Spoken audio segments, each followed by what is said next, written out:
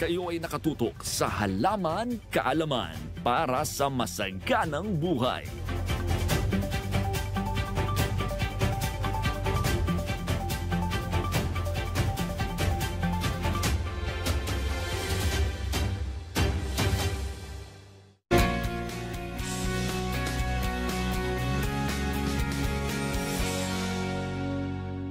Nagbabalik ang masaganang buhay. Kasama ko rin po si Ma'am Josie. Ngayon po itutur tayo dito po sa kanilang napakagandang garden. Nandito po kami ngayon sa taniman ng upo. Ma'am Josie, ang gaganda po ng tanim yung upo. Paano po ito tinatanim? Una po, ipupula ko muna So, po pinupula sila. niyo muna siya? Oo. Tapos pagka medyo 3-4 na po ang dahon. Dahon, okay? Saka ko po itatanim. So, yun ang para tandaan. Pag 3-4 yung dahon, so tatransplantan. Direct Pwede. planting. Opo. Okay? Oo. So, yan. Tapos, kailan po? Ito po, ilang buwan na po yan? May po yan, bunga na sir? to. Bali, ano lang po sir yan, nag 1 month lang po. 1 month na Kasi siya, okay, oo. 1 month yung tinanim bago po siya nagbunga. Yes. Yun po. Oo. Tapos po, ayan naka-harvest na po ako ng 2 nito. Nakadalawa na. So, ang dami pang bunga na nakausbong. Yun po, pwede na po yun. Okay, ano pong ginagamit yung pataba dyan o fertilizer? Ayun po, yung aming ginawang compost. Compost, alright, Oo, oh. Yun po ang aking Budbud ninyo dyan. Hindi po, pinandidilig po. Pinandidilig? Oo, yan po. Okay, oh. Saka ganun din po sa kalabasa. Sa kalabasa din. Ay, Talong. Nagsisimula na po ito. Oo, Kalabasa, ano? Kailan po pwedeng ma-harvest at paano tandaan natin na pwede na siyang i-harvest?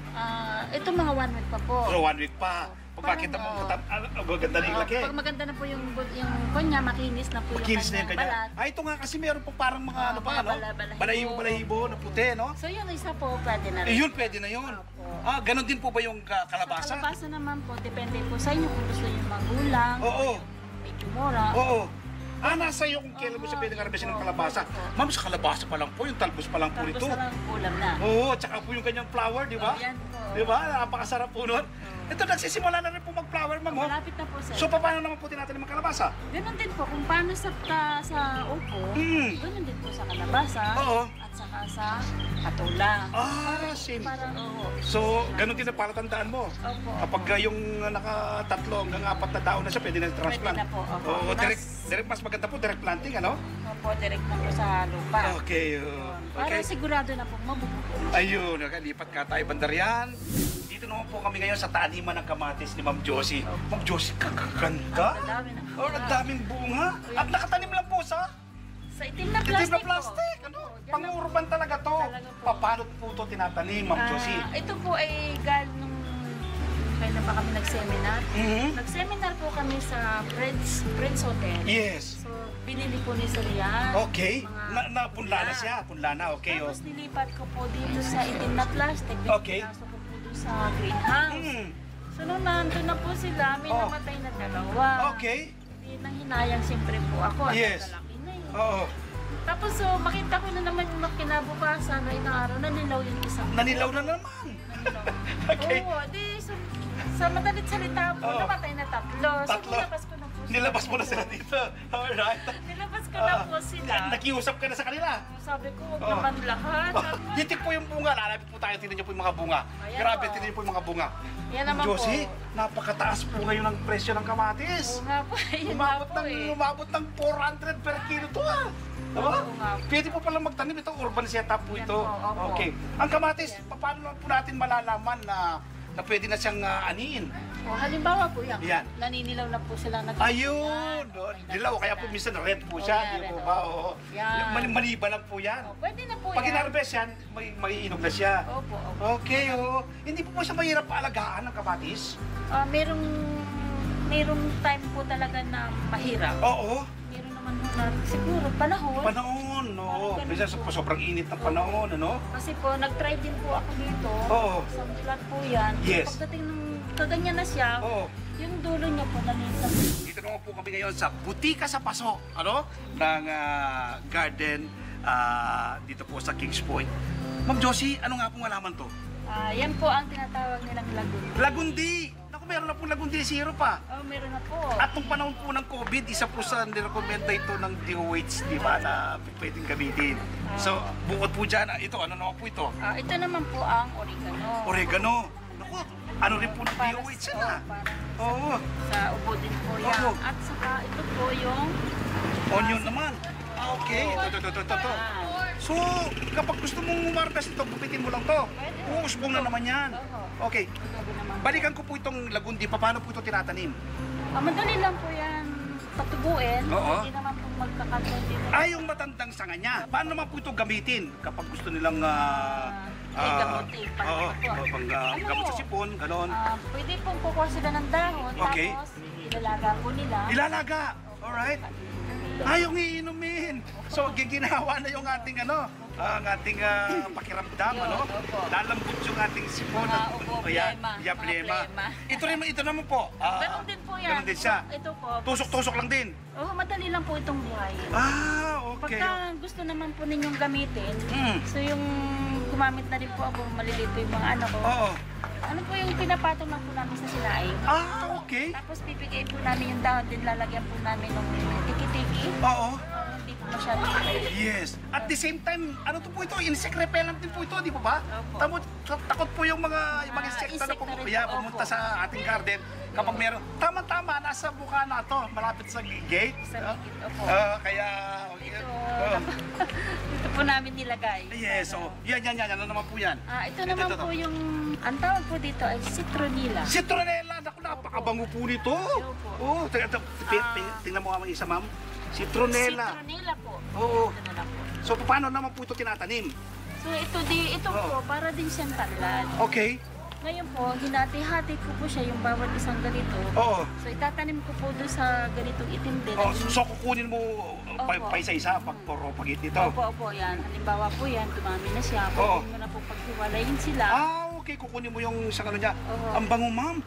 Ginagawa rin pong yung juice. Juice. Diba, no? Ito, Refreshing, di ba?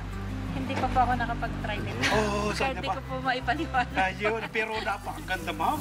Dito naman po kami ngayon sa Peru ginger. Imported ito, ma'am Josie. Opo, sir. Okay.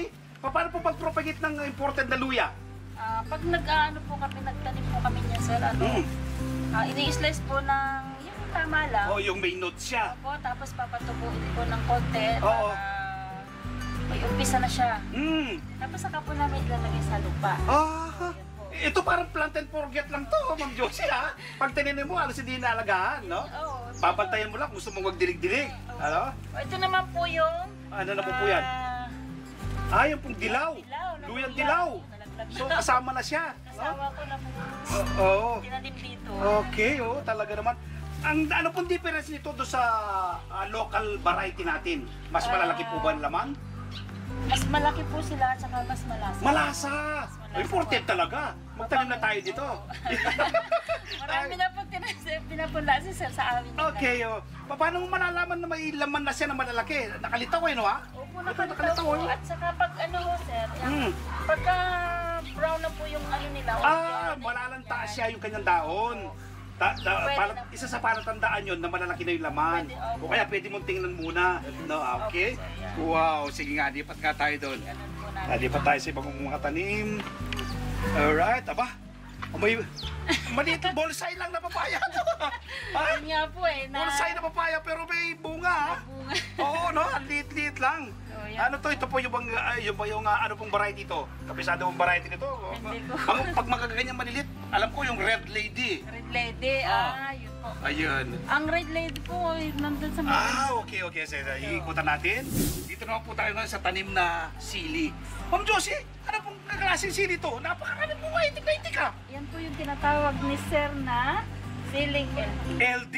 Okay, siling LD yun ang kanyang variety. Alright, paano naman po ito tinatanim? Ano Grabe po, bunga.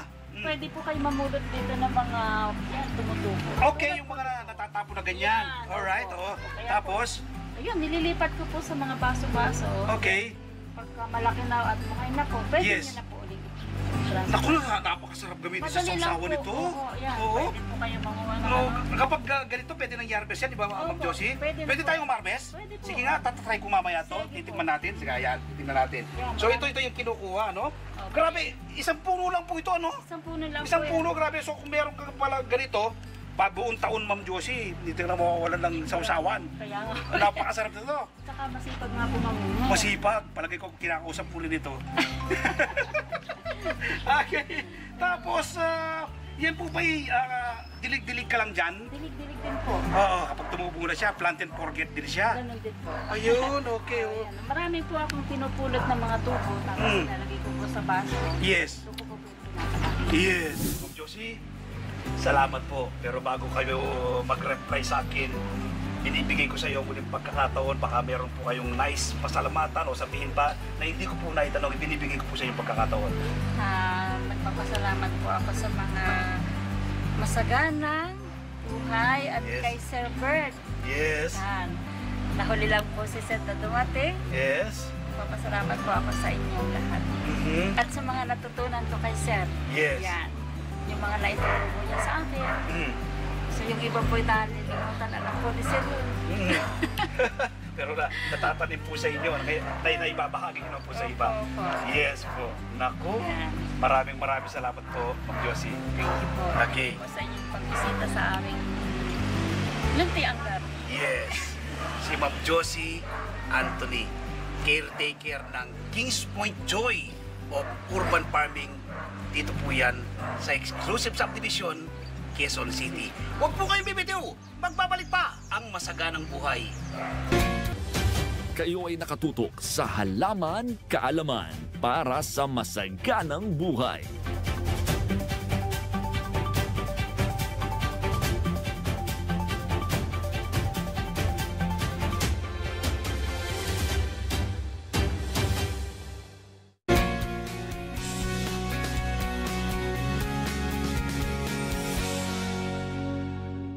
Nagbabalik ang masaganang buhay. Ako po si Merlyson para sa ating Feature Plant of the Week.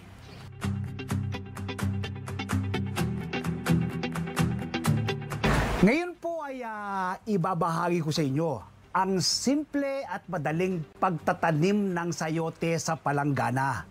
Magluluto rin po tayo ng masarap at masustansyang pork tinola with sayote tops ala Magsasaka Reporter. Hali po kayo, samahan niyo ako.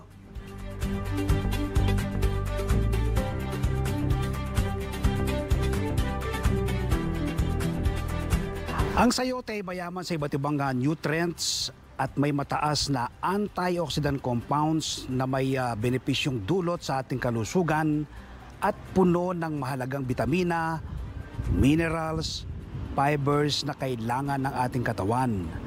Mayroon itong taglay na protina, fats, vitamin C, vitamin B9, vitamin K, vitamin B6, gayon din ang manganese, copper, zinc, potassium at magnesium. Ayon sa mga eksperto, nakakatulong ang sayote sa kalusugan ng ating puso, pagkontrol ng blood sugar, pagkakaroon ng malusog na pagbubuntis, may hatid na anti-cancer effects, nagpapabagal ng pagtanda, nagpapausay ng liver function, nakakatulong sa digestive health, gayon din sa pagkakaroon ng malusog na timbang. Ilan lang po yan sa napakaraming taglay na health benefits sa ating katawan ng sayote.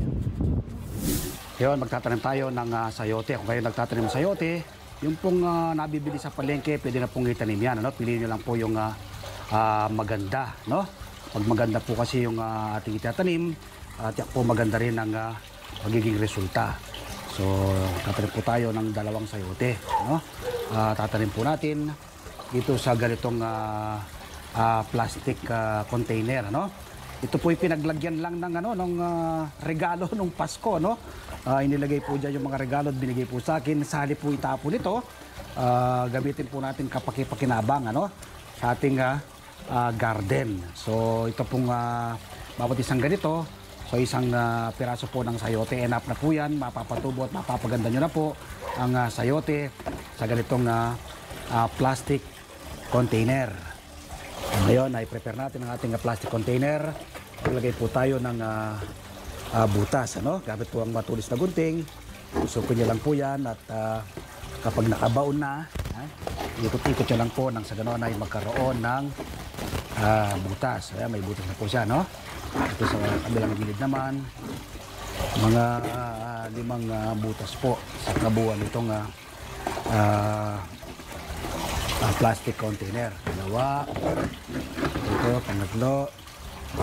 Ang purpose po yan, ang butas na yan ay magsisilbi po siyang drainage, no?